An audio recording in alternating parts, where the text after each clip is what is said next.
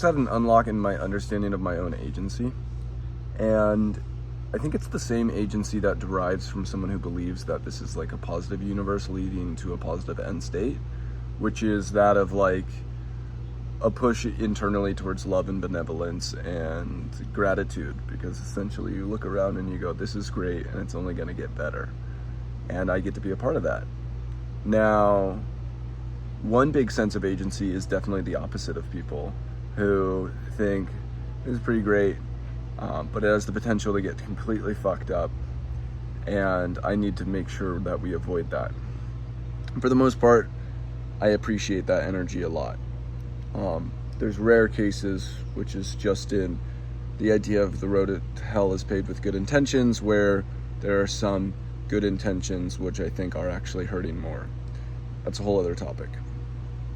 And then we have the case with the self, which I try to leave the topic of long-term what exactly is going to happen outside of my thought process, because it doesn't matter.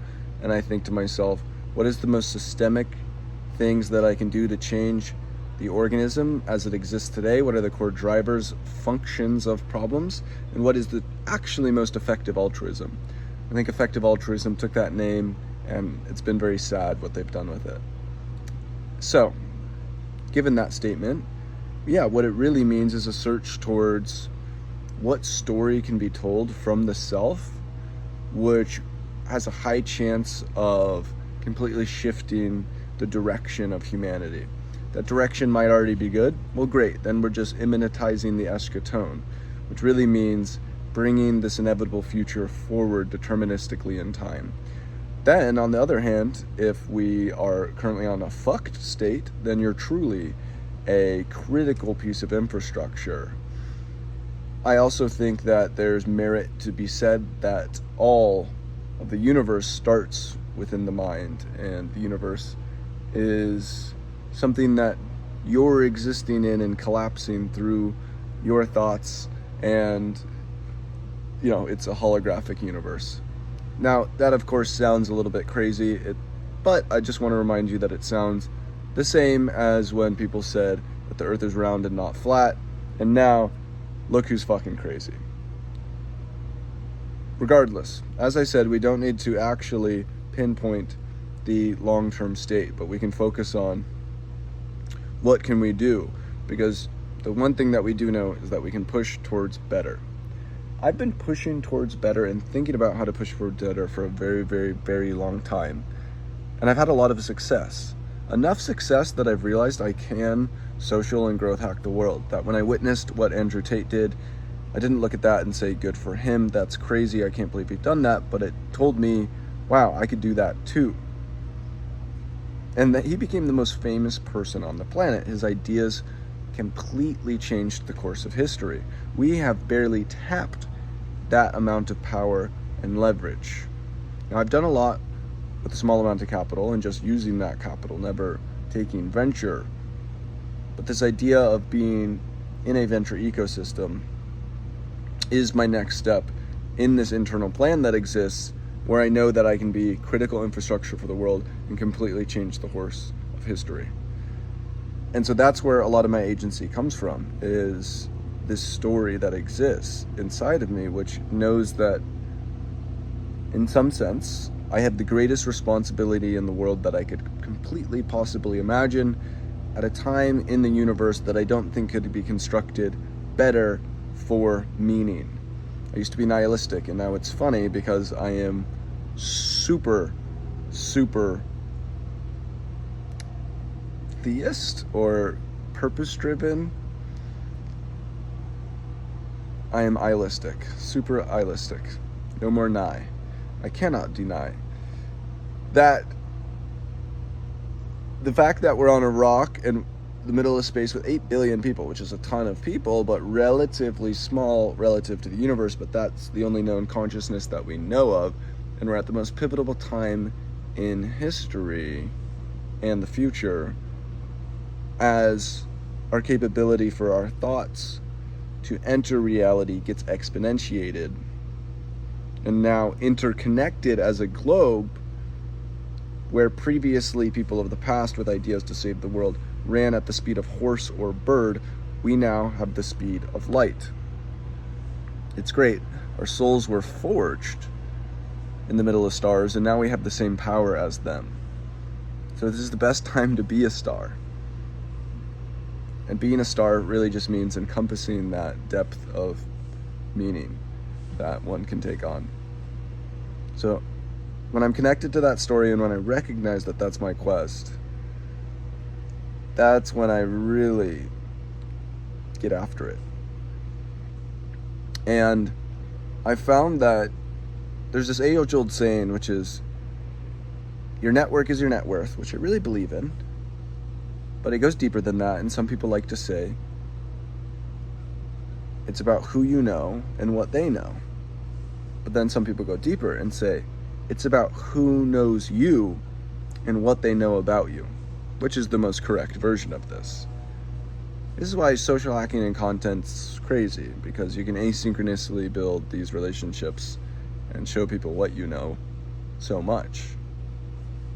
And in the realms of what that person knows, we are definitely lacking the stories of people who are telling you and have written out something where they say, I know how to solve all the world's biggest problems and to drive systemic change into the heart of society and make sure that we're on a path to greatness. I know internally that I know that. I know I have my online writings, which does a pretty good job at answering those questions, but a lot of people still have questions within that. So I do think potentially there's a good idea to build a all-knowing bot, and in terms of all-knowing, it's just has a plan that, if executed, makes sense and a lot of people can believe in, because that is how we defeat Moloch. Moloch is this idea of a god of the lack of humanity's capability to coordinate, and this coordination problem is where you have two ideas. That one is abundance is already here, it's not evenly distributed yet, and a lot of people want it to be distributed. So that's weird. You'd say most. And then we also have enlightened is already here. Enlightenment is already here. It's just not evenly distributed yet. And I think that's mainly coming down to our AI algorithms that are sorting the information of humanity, not allowing higher consciousness to, permeate an entire social network. We haven't built the AI which maximizes value for the individual, which would push towards that. We've pushed towards the bottom of the brainstem with the engagement algorithms. So there's one systemic driver core function problem that, if solved, big if true. And it hits on first principles thinking, which is all of the greatest business bets in the world. Doing charity is similar to business.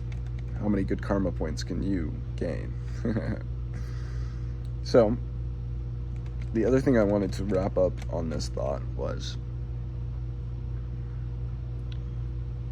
this idea of Moloch is also the idea of all these other problems, which everyone's like, yeah, those are bad problems and we want to solve these. Like, most people are like, homelessness is a problem, we should fix it.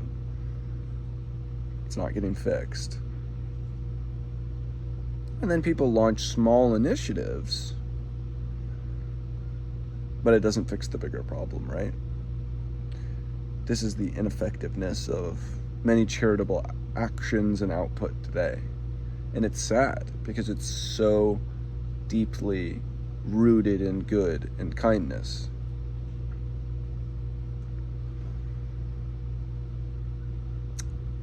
One more dig on effective altruism before I'm done, because, look, y'all need to wake up to the bigger organism and systemic thinking that exists.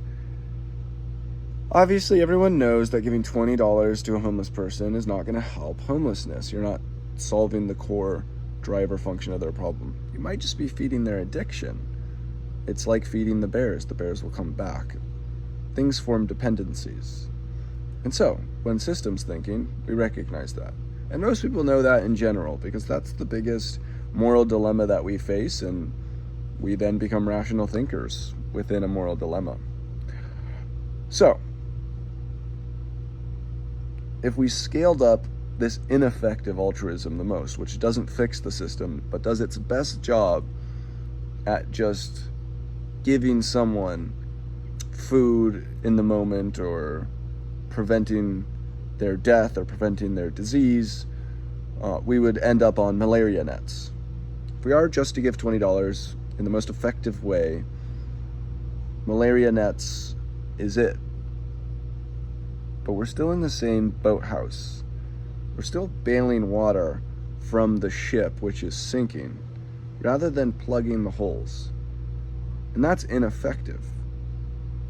If we are to classify a side of effective altruism and ineffective altruism, then, well, my friend, the side where you bail the water is ineffective. Anything which does not look at the systems and to fix those systems and to tell a story that drives a spear into the heart of Moloch to defeat our lack of coordination, well, it's not systemic. So non-systemic things, the things in that category, can be done if it's part of the story and narrative. The world runs on stories. Stories are the most systemic thing there is. It is the system that exists to craft our capability to have created currency. That was a story, and it's still a story we all buy into. Now, of course, this story is backed by governmental power now, and it's reached such a size that we don't even need to really think about it. It's just ingrained. But it's still a system, and that system still came from a story. So, let that sink in.